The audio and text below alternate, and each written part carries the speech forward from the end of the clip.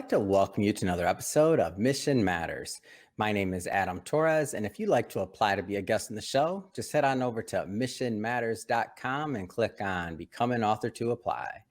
All right, so today I have Carol Bowar on the line, and she is Executive Director over at GALS Denver, which is Girls Athletic Leadership Schools of Denver.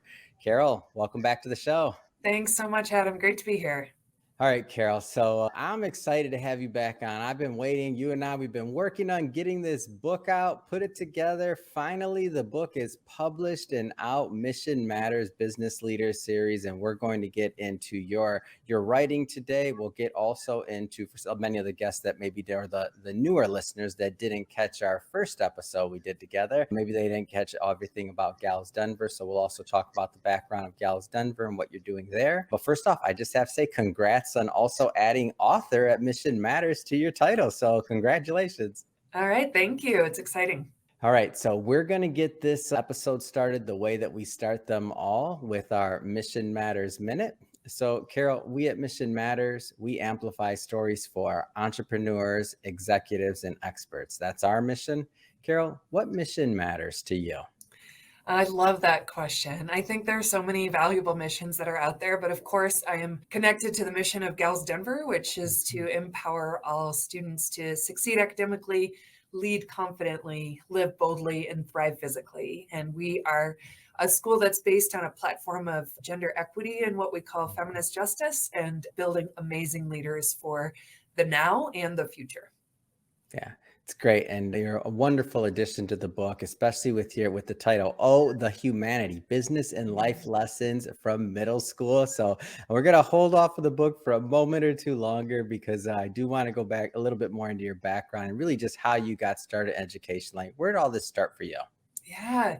I mean, I've always been like a lifelong learner, like curious, very curious and wanting to learn. But I knew that I didn't really want to do a traditional public school or a traditional teacher role. So I actually went into nonprofits, worked in the community, did a lot of experiential education, did a lot of adult education, leadership education, and then moved back towards adolescence and particularly working with adolescent girls or girl identifying kiddos. So started there, ended up being a college professor for a while, didn't really want to do that. So ended up back in a 612 public school here in Denver, working directly with adolescents and realizing the magic that they bring to the world and to their own learning. So I'm a big fan of your background because there's, you've done a lot, meaning from adolescence all the way up to college, as you mentioned. So you've seen kind of like the breadth in between and everything from public schools and otherwise. So I think it's really interesting. I guess sticking with the adolescent side of things a bit longer, because I know it'd be too broad of a question to ask otherwise. Like, what attracts you to working with this group of kiddos? I mean, I think that adolescence has such a horrible reputation, right? That when people think about their own middle school experiences, they're like, Awkward. or yes, you included, right?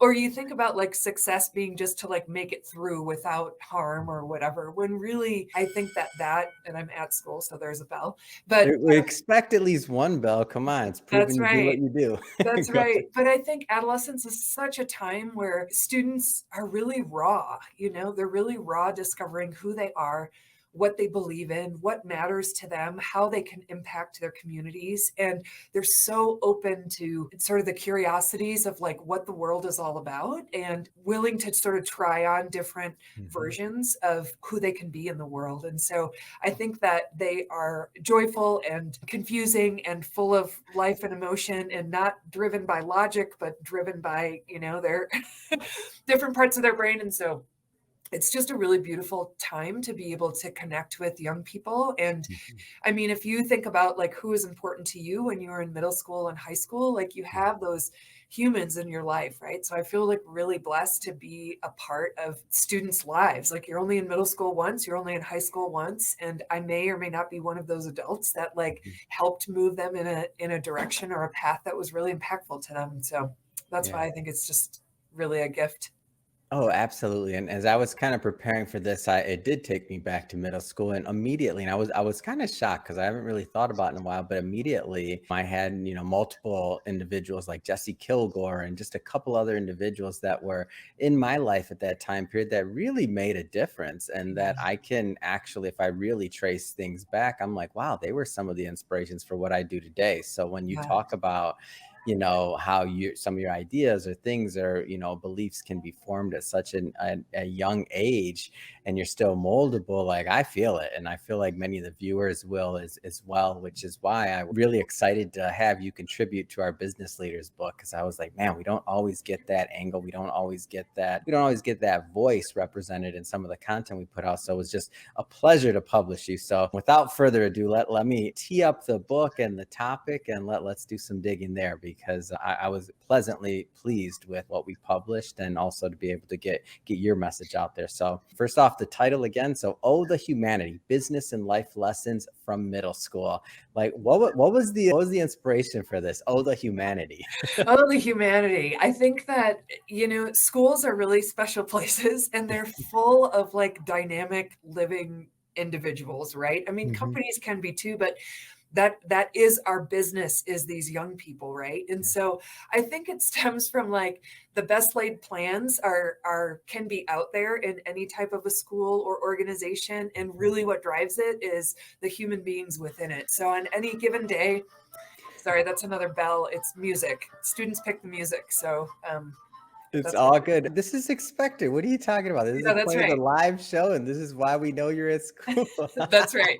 Oh, the humanity. Like your interview is getting interrupted Speaking by of bell old music. humanity, right, Carol? Right.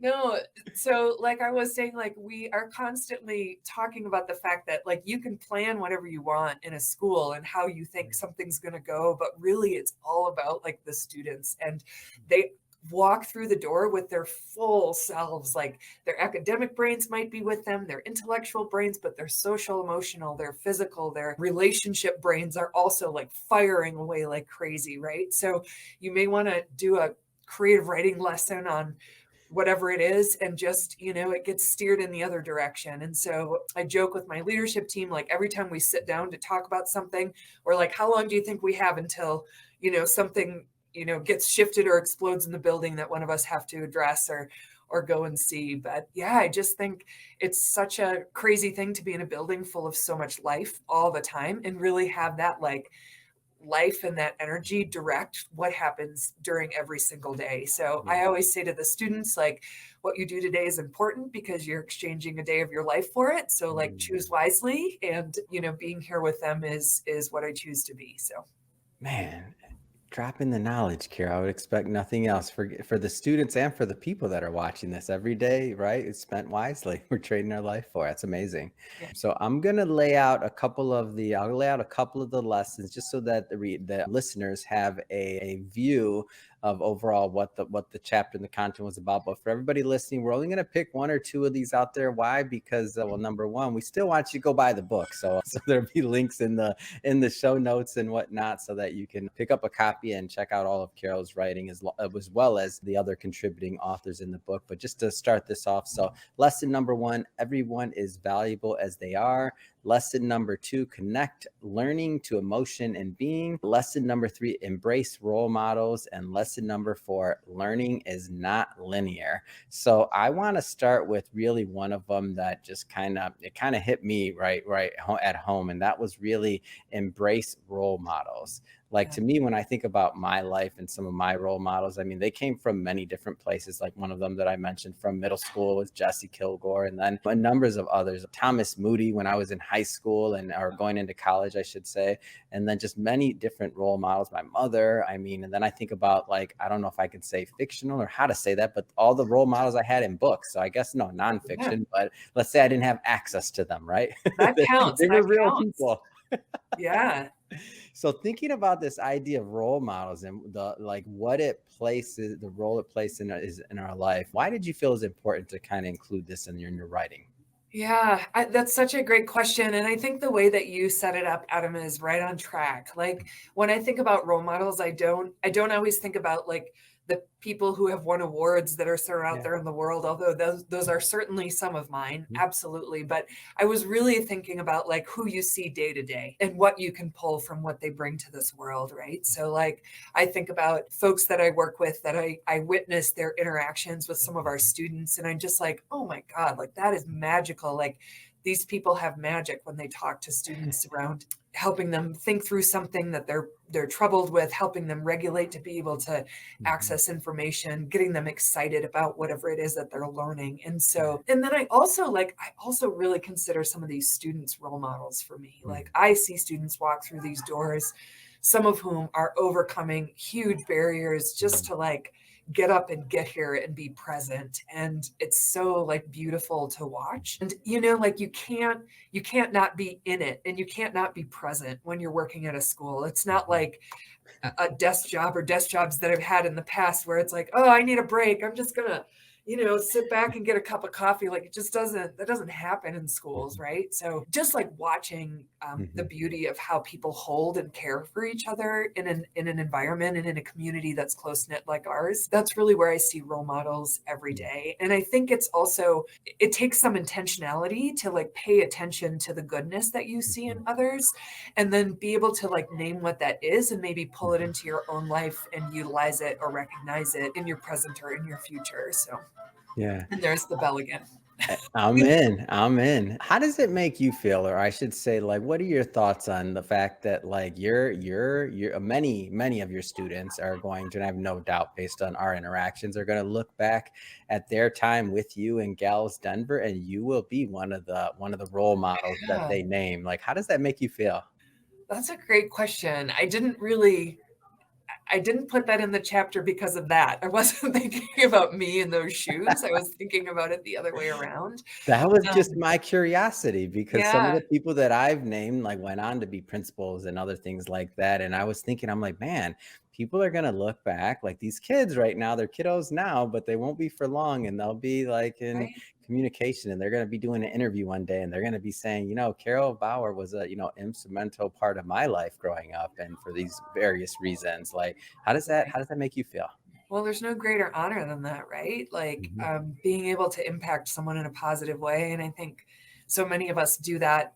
Sometimes we know that we do because we're in a Yeah. position that's really public and Yeah. people tell us or acknowledge us in those ways. And sometimes we just really have no idea, right? We're just Mhm. doing something kind or thoughtful or concerning or important, or we're paying attention where we need to pay attention, or we're Mhm. sharing love in a way that they needed to see it to be able to receive it, or we make a Mhm. joke that they laugh at that they tell for years to, I don't know. Yeah.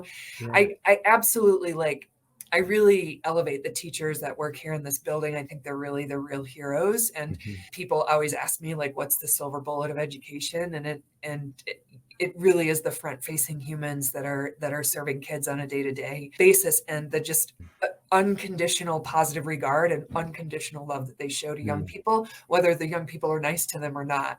So I know my husband is a public school teacher. I know a lot Yeah. of teachers here, they have files of like why I became a teacher file, or like why I work with adolescents file, and they put those little Mhm. like thank you notes or memories or whatever Yeah.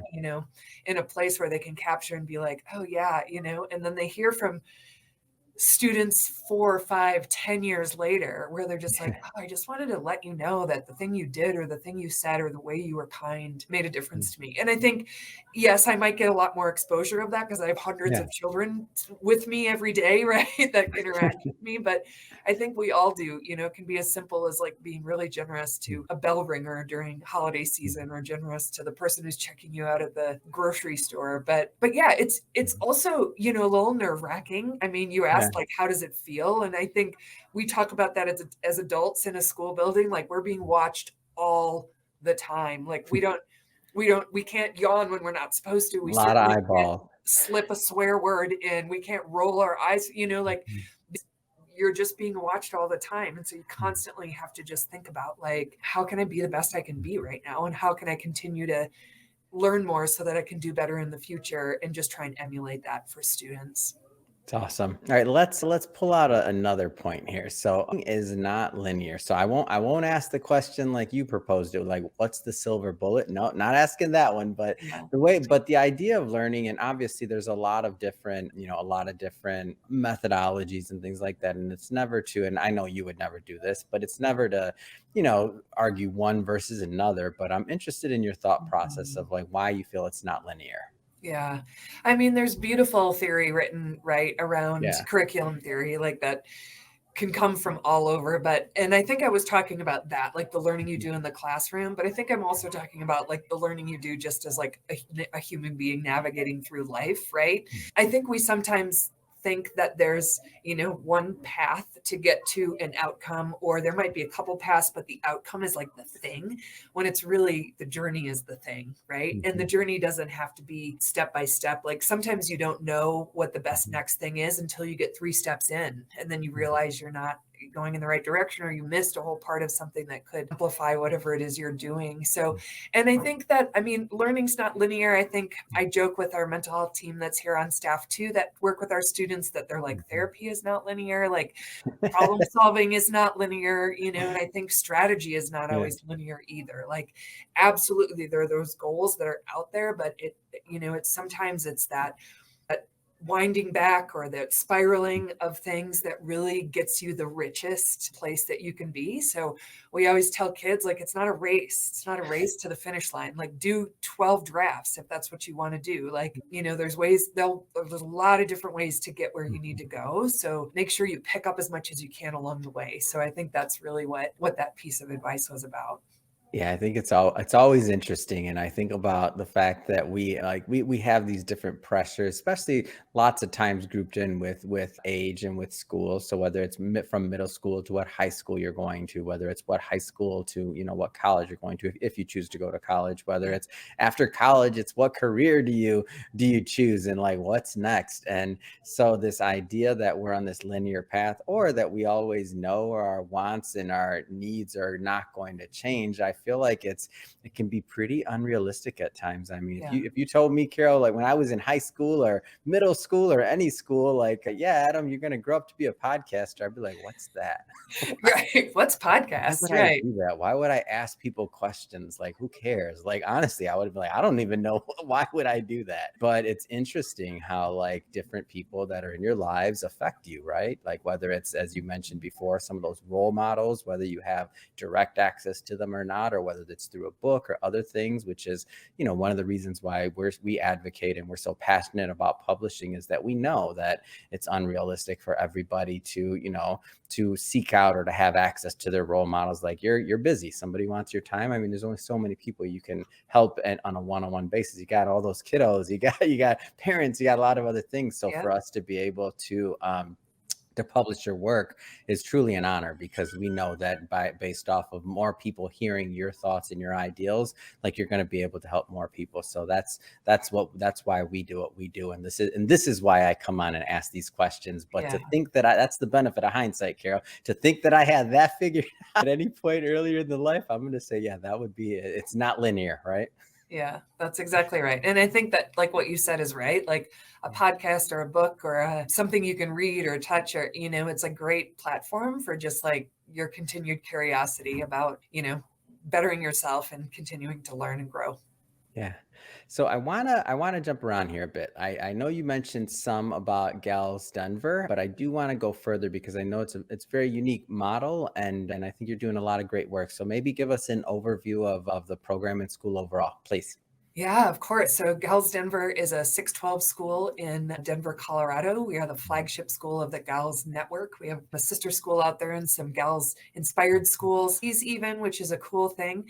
We were built on a gender equity platform that also focuses on what we call feminist justice. And we are a model that focuses on sort of 3 really specific things. One is academics. So being able to be a scholar, entering in wherever you are and being able to access your education education and really thrive in an academic setting, no matter what kind of learner you are. The second thing is we do movement-based pedagogy, right? So we say if you have a body, you are an athlete. And so we really believe in that connectedness between physical wellness and cognitive intellectual wellness, social emotional wellness, relationship wellness.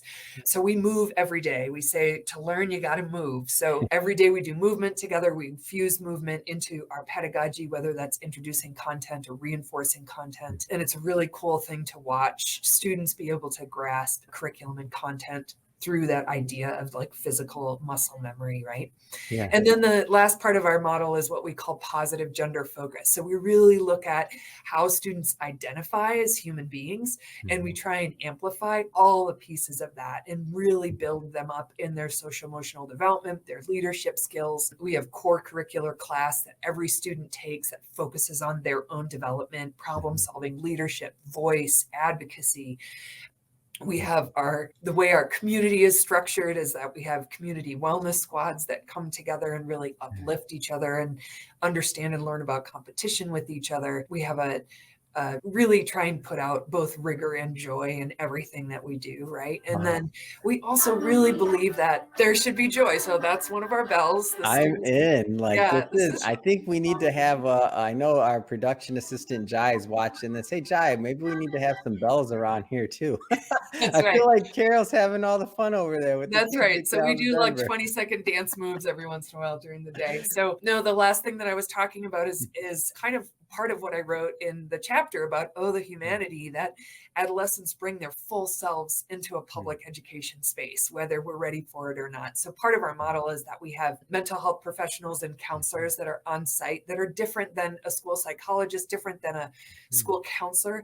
They're really licensed professional counselors or mental health therapists to really help kids be able to get through or over a barrier that's getting in the way of them being able to be their best selves or access their academics. Because when that is blocking them from their learning, they need that intervention in the moment. And so we really try and look at students as these like whole human beings, right? And that sounds cliche, right? The holistic, human being, but it's really, really true. And it's not just like viewing students like that. It's like setting up a system that can hold them really well and help them thrive in an education setting. So that's who we are and what we're all about. Yeah, I don't think it's cliche at all, or it sounds cliche. So if you think about this idea of wholeness or a whole human being, or even introducing a concept of mental health in a holistic, positive manner at Yeah. such a young age, when we think about like, and I'm not gonna, assume or stereotype for anybody else, but when I think about like, some of the school systems that I grew up in, they're great, very well-meaning people, but did they have the tools like some of them that you were mentioning? Did those systems necessarily condone it? Maybe they were. I feel Gals Denver's ahead of their time on a lot of this, and we know the school system as a whole. I don't even know if we can just say a system like that as a whole. The industry, I'll say, Yeah, it's a big industry, right? Lots of different methodologies and things. it is. And it's, But I feel like the idea of wholeness, I mean, and like adding that to the ingredients into the pot, if you will, it's a win. And I don't want to assume like that everybody kind of makes the connection on this. So what are some of the things or some of the outcomes? And I'm not, obviously no student names, nothing like that, but what are some of the potential outcomes either that you've seen or that you plan for with the idea of when you add wholeness into the curriculum the way you're doing? yeah, I mean, so many stories of Yeah. students and their growth and understanding, right? Like first, some students being able to say like, I've never had anybody understand who I am before. Wow. And, At what age? that's At what age is this? This is like like, kiddos. 11 to 18, 19. So Wow. like, for a student to feel seen and heard and held, I think we also hear from students like, oh my God, I don't have to show off or be put off by anybody here. I can be my own self, my weird, crazy self, and everybody is their own self. And it's fine. Like we all like lift each other up because of who we are, not in spite of who we are. Right. So I hear that from students. I hear a lot of what we do as students is helping them find their voice, understanding who they are, what they value, what they believe in, how they can make an impact in the world.